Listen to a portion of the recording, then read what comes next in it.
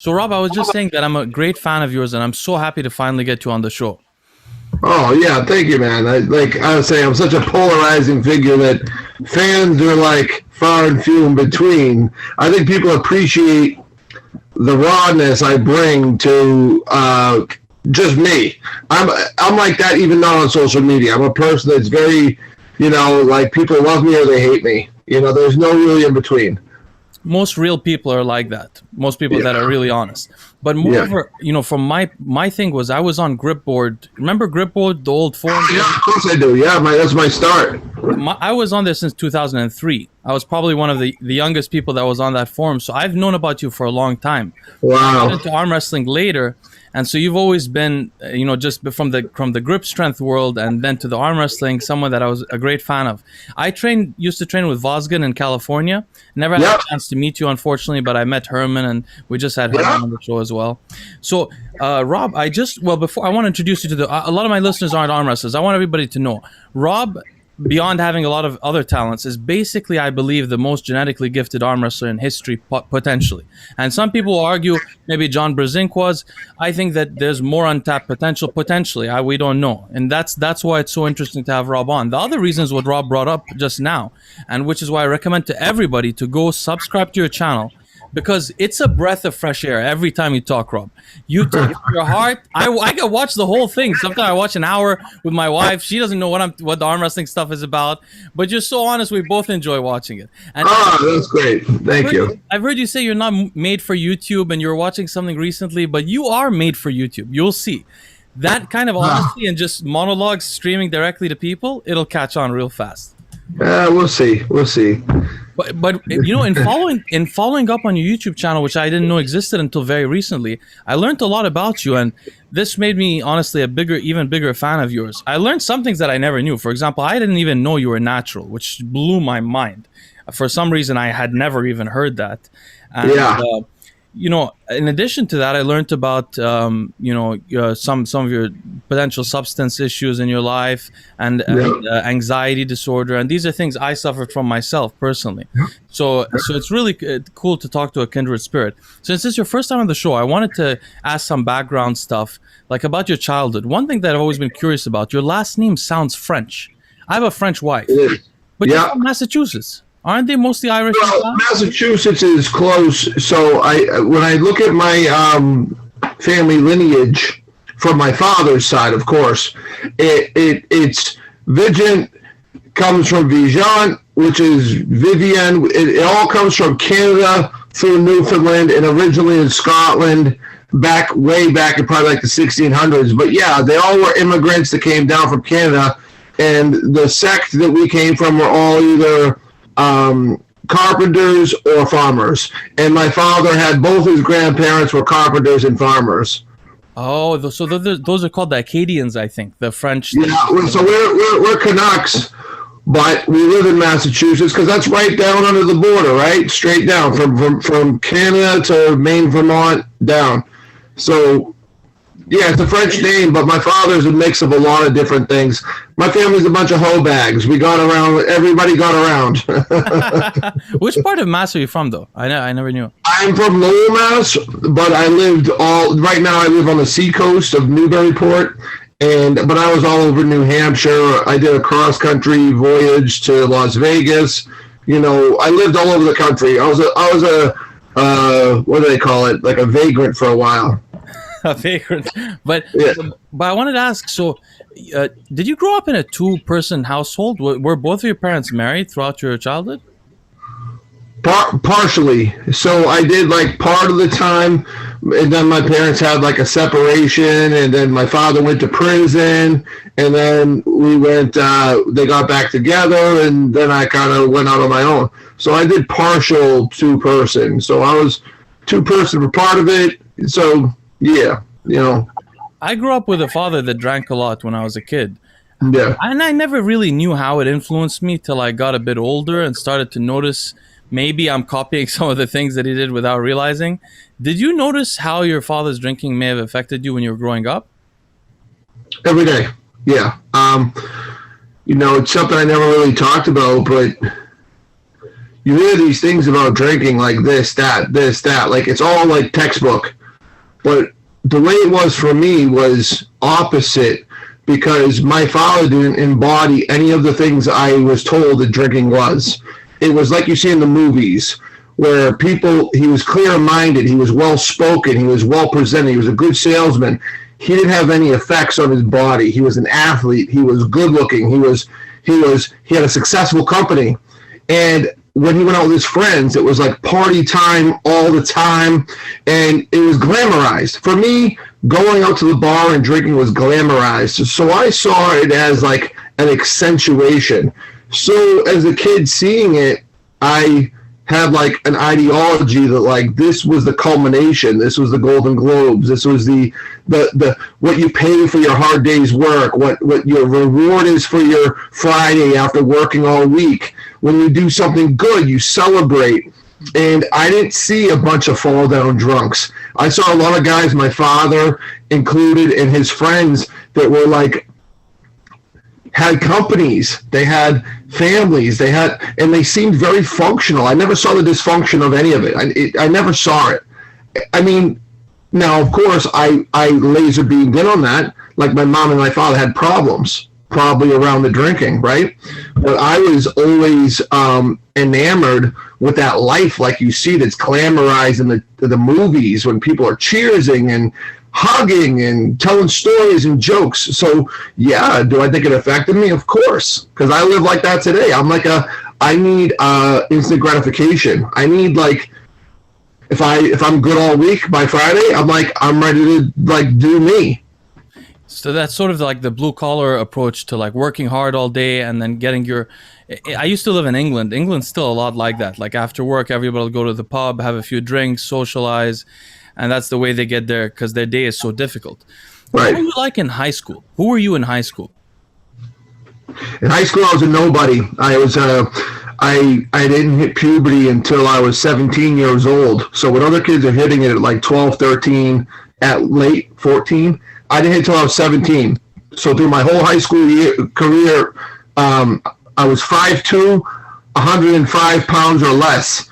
Because I wrestled in the 94 pounds at my freshman year. I was a wrestler, and I was 94 pounds, and I was under 5'2", and I did cross country for a hot minute, but it wasn't for me. I was a sprinter. I won the state championships in high hurdles, but I was very shy, very meek, very insecure. I didn't hit puberty. Like, kids were just getting bigger and hairier, and that wasn't me. I was like an 11-year-old that was thrust into high school, really. And, then when my father, that was around the time I hit like 16 years old, my father went through some of his legal troubles and went to prison, that I decided that I was going to like start helping out with his business. And then by 16, I dropped out. That's how you dropped out. I was always wondering. Oh, because it was two things. So I had straight A's. School was easy for me as far as academically, super easy for me. I had, my lowest average was like a 98, but in like math, science, I had like 105s. And people say, how could you have that? Because I had extracurriculars and bonus questions. So I had a very high academic achievement. So I figured they would pass me through, but I was absent so much helping my father's business because he was in prison that they kept me back. And I couldn't fathom in my head that they would keep me back when my grades were so good. And I said, I can't waste a year of my life. My heart wasn't there. And I was in an inner city school that was kind of like a lot of gangs, a lot of violence, a lot of cliques and drama, and I didn't want to be there anyways, so I just dropped out. So it was 50% like, my father, 50% just like being over the whole situation. So yeah, by 16 I was out. I'll return back to the anxiety issue as well, but to briefly just to let the audience know, Neil Pickup has an amazing series of interviews with RVJ that catalog his whole career in arm wrestling. So I'm not going to go into the career in too much detail, but I wanted to ask you, Rob, about your injuries. What injuries did you sustain throughout your career, and which do you still deal with now? Your elbow, I think, specifically. Yeah, my elbow's not super bad. The worst one was probably my. It's a part of my rotator cuff that connects on the back here, so it gives you very limited range of motion. That one really limited me because that's like I equate it to being the rear end on a vehicle, like the transfer case or the rear end. So you can have all the power in the engine, but you can't transfer it to the wheels because there's a linkage broken. So for me, that one in blue collar, didn't have my career all set out, no insurance. I never got surgery or anything. So I tried to let it heal on its own, and years and years and years before it actually healed. Yeah, maybe I should fill the audience in. Basically, you entered arm wrestling really performing at the top of, very quickly, top of the game. And I think in 2012, 13, sometime then, you received your injury. And then you also had other life considerations that prevented you from being able to arm wrestle. Has COVID allowed you more time to, because I know you have, so many children and financial constraints and all that. Has COVID forced you to train more? COVID's been a double-edged sword. So I've not trained as much, but in that sedentary time, my body has healed, and in healing, it's probably gotten stronger. Even though before I've tested it, I would have thought that I was softer than I've ever been. I felt more out of place than I've ever been, but because of the healing and the time off, I felt really strong. Yeah. So COVID was a double-edged sword for me. When did you start feeling like your elbow was getting strong again? I mean, because I know you've been performing very well, obviously, at the WAL. But I don't know if you were still suffering with the side pressure. It just took time. It just took time of working it and giving it enough rest and knowing the cues. When you're in your early 20s, you think you're invincible and nothing can hurt you until you realize that you're wrong. And by the time you realize you're wrong, it's already too far down the rabbit hole to pull the reins. So you're already too deep into it. It's already done. And so now I can feel the cues a little bit, and I'm not gonna say all the time, but like 80% of the time I'm smart enough to like reel it back. So there's a part of it that believes like go.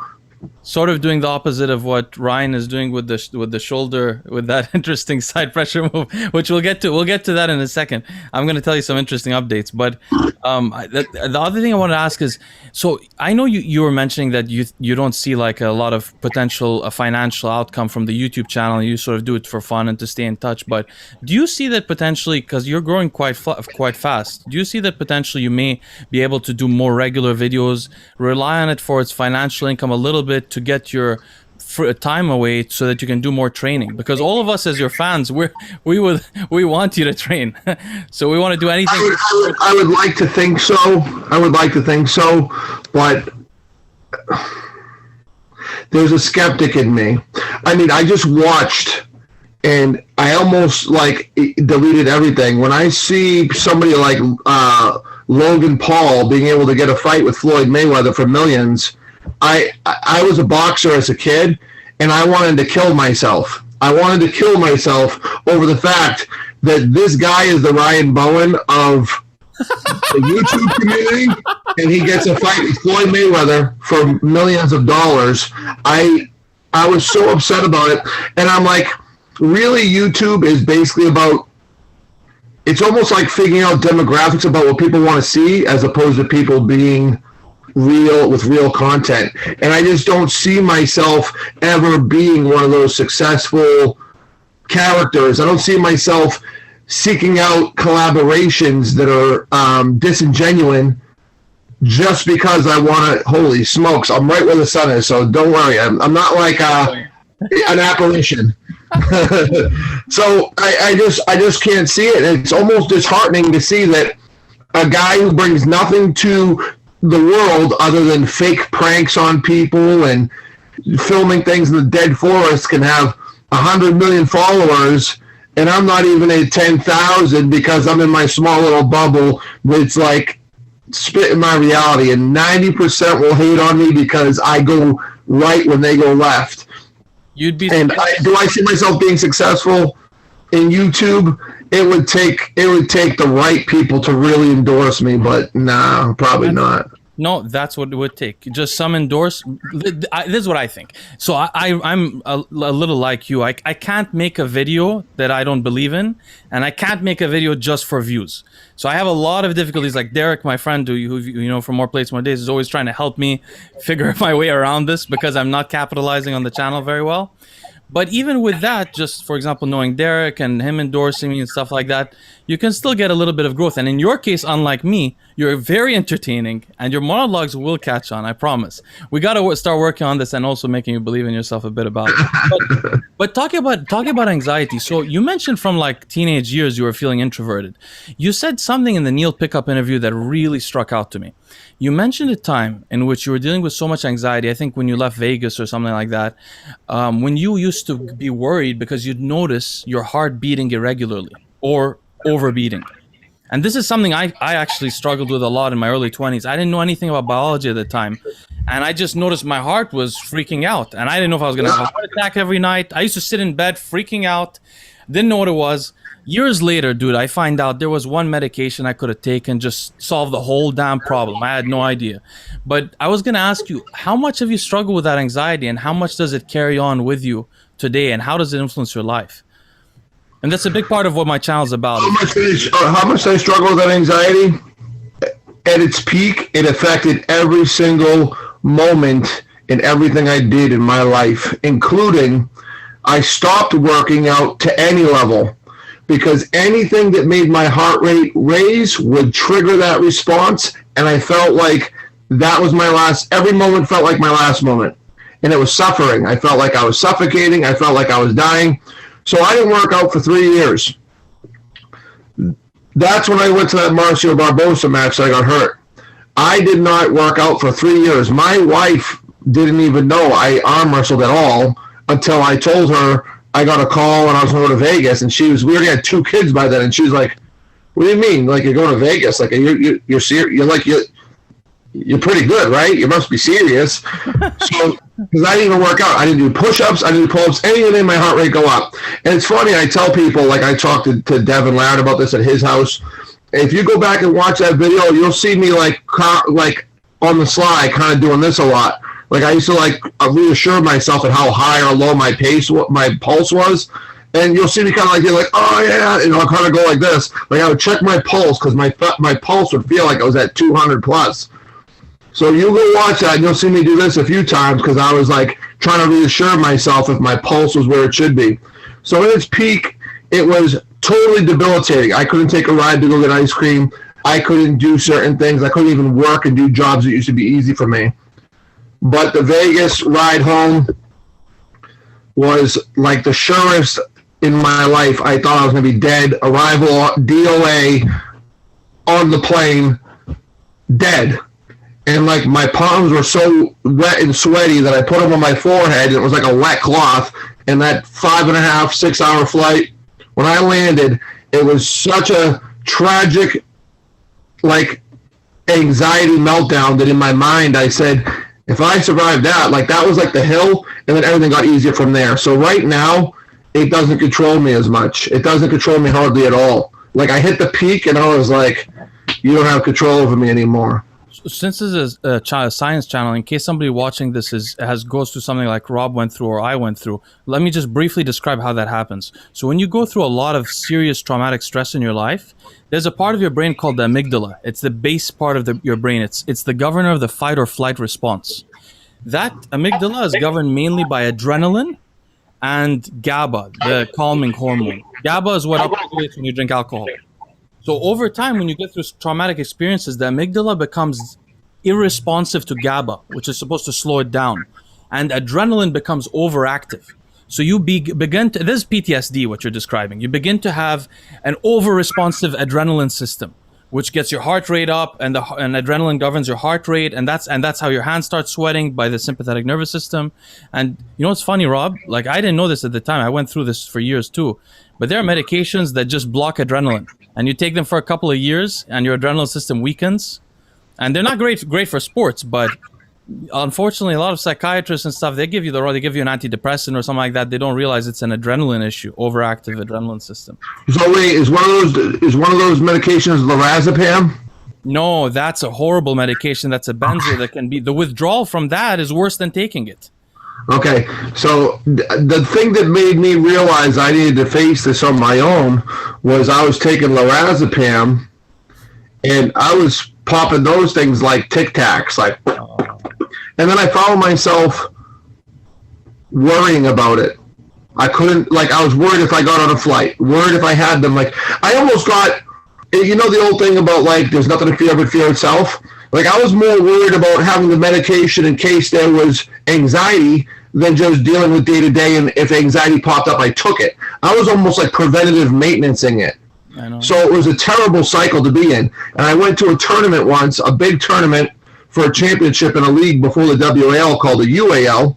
And I was set to arm wrestle this guy, and I was geeked out, and I probably could have Katy Perry'd myself, right? I drank a bottle of wine and popped a couple of Lorazepams, and I went out on stage, and my eyes were sunken in my head, and they were great. And there's a guy that I was always not Katy Perry, Amy Winehouse. Sorry, Amy, you know, whatever. So I could have. He was a guy that I was always much stronger than, and when I shot him in a hook, my arm just opened up. And I was shell-shocked, and I looked at my wife, and I was like, my body's just not working. And then when I went back and looked at the medication side effects, first side effects were loss of coordination and muscle weakness. So I was like, what two things do you need in my sport? You know what I mean? No, so the medication you just mentioned, it's from a class called Benzos. What they do is they modulate the GABA A receptor. So GABA, that inhibitory transmitter, unfortunately, this is the problem. When you start on those medications, you feel great for a month or 2 months. Then 3 months down the line, you barely notice you're taking it.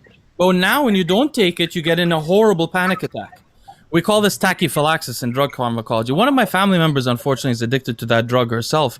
Whenever she stops using it, she almost gets in a seizure. I mean, that's a horrible thing.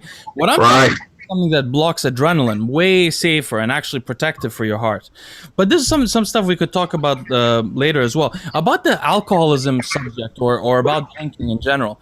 So I saw a comment. I didn't know you, Rob, but I'm a fan of yours. So I saw a comment on Uncle John's arm wrestling channel that when you made just a simple comment about that side pressure lift, and they made a video. I don't know who Uncle John is. So I didn't know him well, but maybe he's a great guy. But they made a video, instead of attacking your comment about the actual lift, saying that Rob promotes drinking or some crap like that, and he's drinking in all the lifts, and this is dangerous. I wrote a response to that. I wanted to mention here in case nobody saw that response. I don't know if it's deleted, but you should go to the page. But I just wanted to mention it's inappropriate to talk about that stuff. Rob doesn't promote drinking. Rob just happens to be drinking when he does the lift that nobody else can do. Right, and the thing is they can use it in all the smarmy ways they want to, but the dumbed down drinking version of me is still eclipsing everything they ever did. So that should make them super sad. The worst version of me is eclipsing the best version of them. So really, they should be making videos about how can this happen and how do I get better. And maybe I should start drinking wine too. Actually, let's talk about that. So literally, alcohol turns off the growth pathways in the body called mTOR. When I used to drink, I couldn't gain muscle or strength. I don't know how you have the body you have drinking wine, honestly. Alcohol in specific, unlike GHB, for example, a potential alternative, turns off growth pathways in the body and turns off muscle protein synthesis. So Rob is not kidding when he's hampering himself. So if the other guy's on steroids, not drinking. This is what's the funniest thing to me is because not only have I been clean all these years, but I've been shooting myself in the foot since the beginning. Heavily. People don't realize how heavy that is. Alcohol is horrible for gains, for strength, for everything. Right. Even for just motivation, just even getting up and going to the gym. So it's really it is a tough place because do I want to live for today or do I want to live for the potential gain of 6 months from now? But the version that everyone thinks is lying or just, not only do I train minimalistically, but I do, per what you say, the things that are the worst for strength gains. Yet these guys that want to have these YouTube channels that want to shit on me, they still aren't even half as good. I'm glad you say this, so it makes clear to my audience what we're dealing with. And also, you know, like you said, it affects motivation in the morning. It downregulates dopamine, which is a driving factor. And then, by the way, it also downregulates GABA. So it'll make you a little more anxious in the mornings. I mean, this is the thing. Of course, yeah. The thing I wanted to mention to people, though, is this. I come from a family of addicts, and I grew up with that, and I was, addicted to things before. People don't use. I'm not saying you're addicted to anything, but people don't drink, often, unless it makes them feel way better. Like when they're not drinking, they don't feel that great, and when they drink, they feel comfortable or like themselves. People don't do it for fun. So to Uncle John, I just want to mention: don't pick on people's weaknesses. Pick on something valid, and don't lower your. I didn't see it. Usually there's a point in time when I would have gone back and researched that, and I feel like my ability to articulate things, I could have totally shredded them.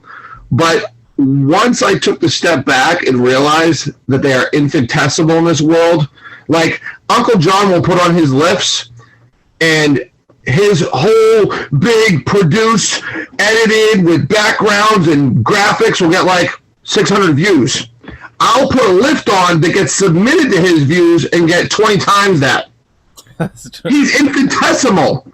So you want to sit there and shit on something because you're floundering, because you don't have a valid argument. How's this? How's this? Yes, I could be a drunk. I could drink every day, but I still outperform you. I'm still better than everybody that's ever come on your show. And also, most importantly, your critique was totally correct. You were trying to. My critique it doesn't matter what I do. It doesn't change the fact of, from a sports and physiological standpoint, you are helping people get hurt, basically. Yeah. Doesn't matter what I do. Everyone said that. Neil has said that. Everybody has said that. That's not and it just doesn't make sense anatomically. It's floundering. It's like you can't swim, so you start drowning the people around you in the sinking boat. He's trying to deflect. He's trying to deflect from the fact that he put out there so long because Daddy Ryan Bowen, Uncle Ryan Bowen, who supports his show, he was so desperate to not look bad that they had to do something cute. And I didn't watch it because if I watch it, I'm a temperamental person. I'm an emotional person. I would have gone on 5 videos and destroyed and dissected his show. But I'm like, you know what? Que sera. Speaking of the devil, so Ryan Bowen actually, this is totally coincidental. He asked, so when I did the show with Herman, Ryan asked to be on the show to defend himself, and he happened to come on yesterday. So I just got a chance to ask Ryan his account of things. By the way, he agreed with my analysis. I don't know if you saw what I said about him, but he admitted to it. But what I wanted to ask you is this. So I want to ask your version. So he said, I told him RVJ is on tomorrow. So he said, I hope RVJ's opinion of what happened is the same as what I said. So I thought I'd ask you a brief couple of questions about it. So one is this: did you have a standing offer for anyone for a $50,000 bet with 6 months testing? Is that why he originally mentioned it to you? Yep.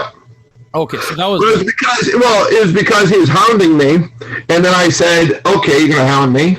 I was like, because I portrayed his loud and proud status, his new game stature, his over-eagerness by his incredible level of gains, which that is typical with people who, if 200 pounds was your old max and now you're benching 300 pounds for reps, you feel like fucking Superman, don't you?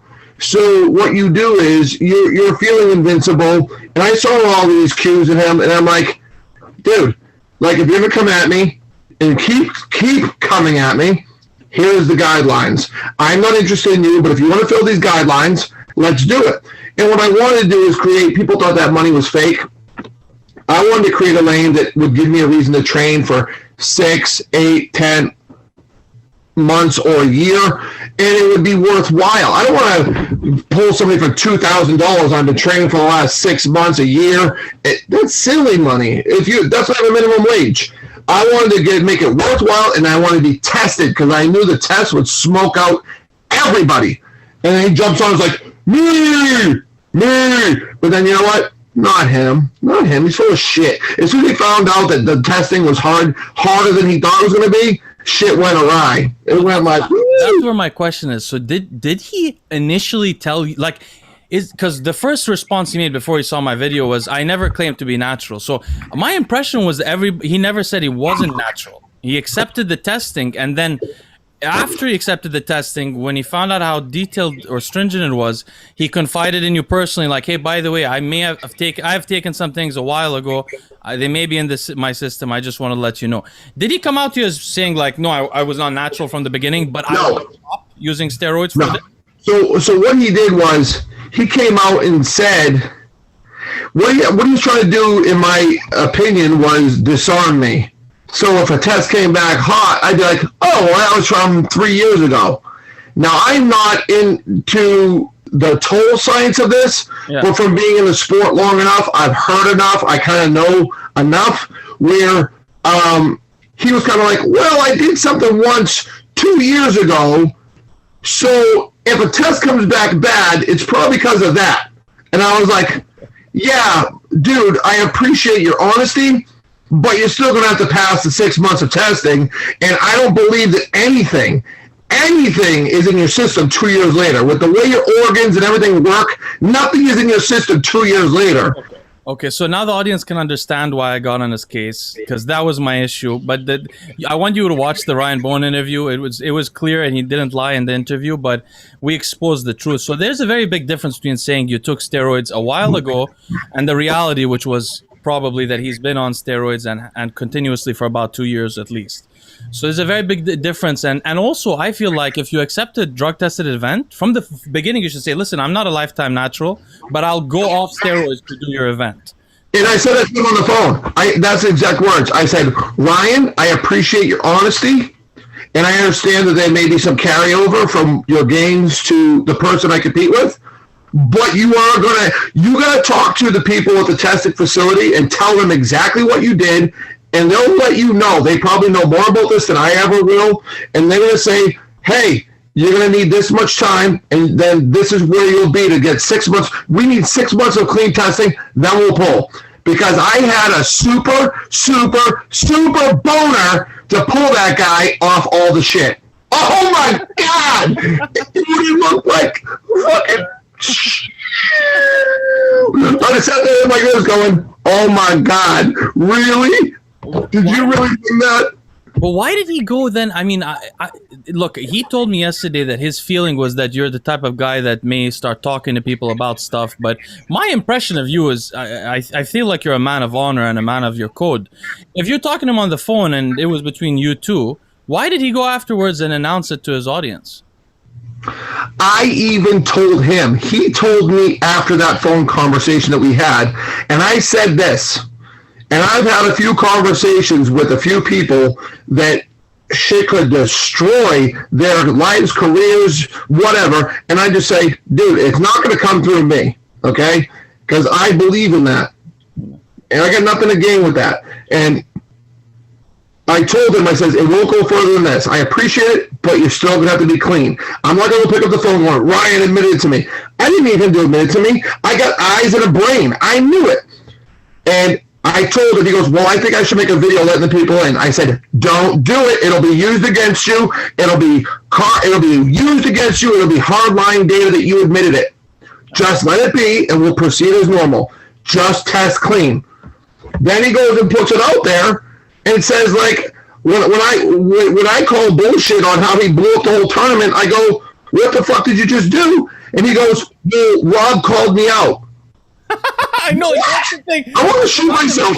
He said that. I know he said that. Rob called me, so I've got to do this. I forgot to. Yeah, I should have cornered him about it. It's crazy status. It's literally like, so the time frame, he can't even put it together. The delusional Ryan Bowen, that is the, like, epitome of delusional.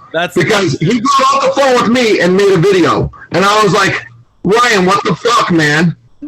But I went, okay, good. Now everyone knows. It doesn't going to come from me. Now everyone knows. No. Now it's been made clear from the interview also yesterday. He admitted everything. But so the final thing I ask you about Ryan is just this: if between me and you and all the listeners, if he is on steroids, if he's juiced up completely, and if your elbow's feeling good that day, do you think you can still? No.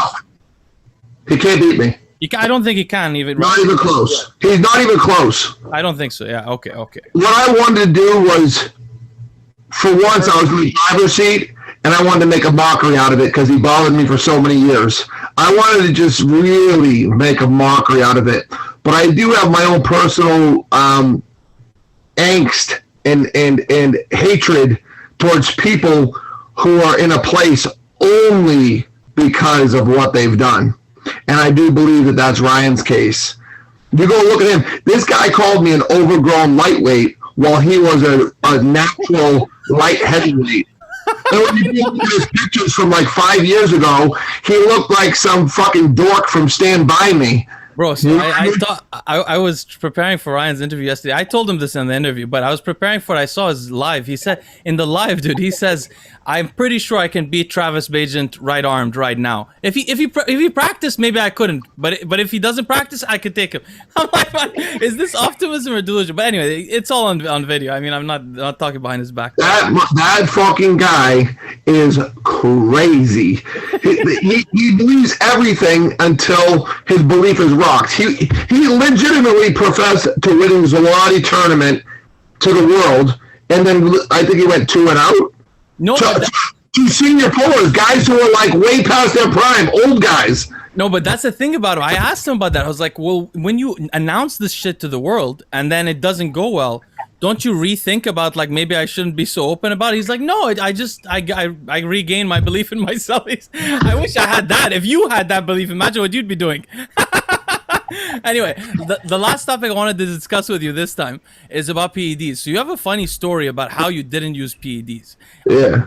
Tried to buy them once, and some shady guy, did he give you fake stuff, or did he not deliver? No, he told me that the day after work he would pick the stuff up and bring it to me the next day, and he never came in the next day.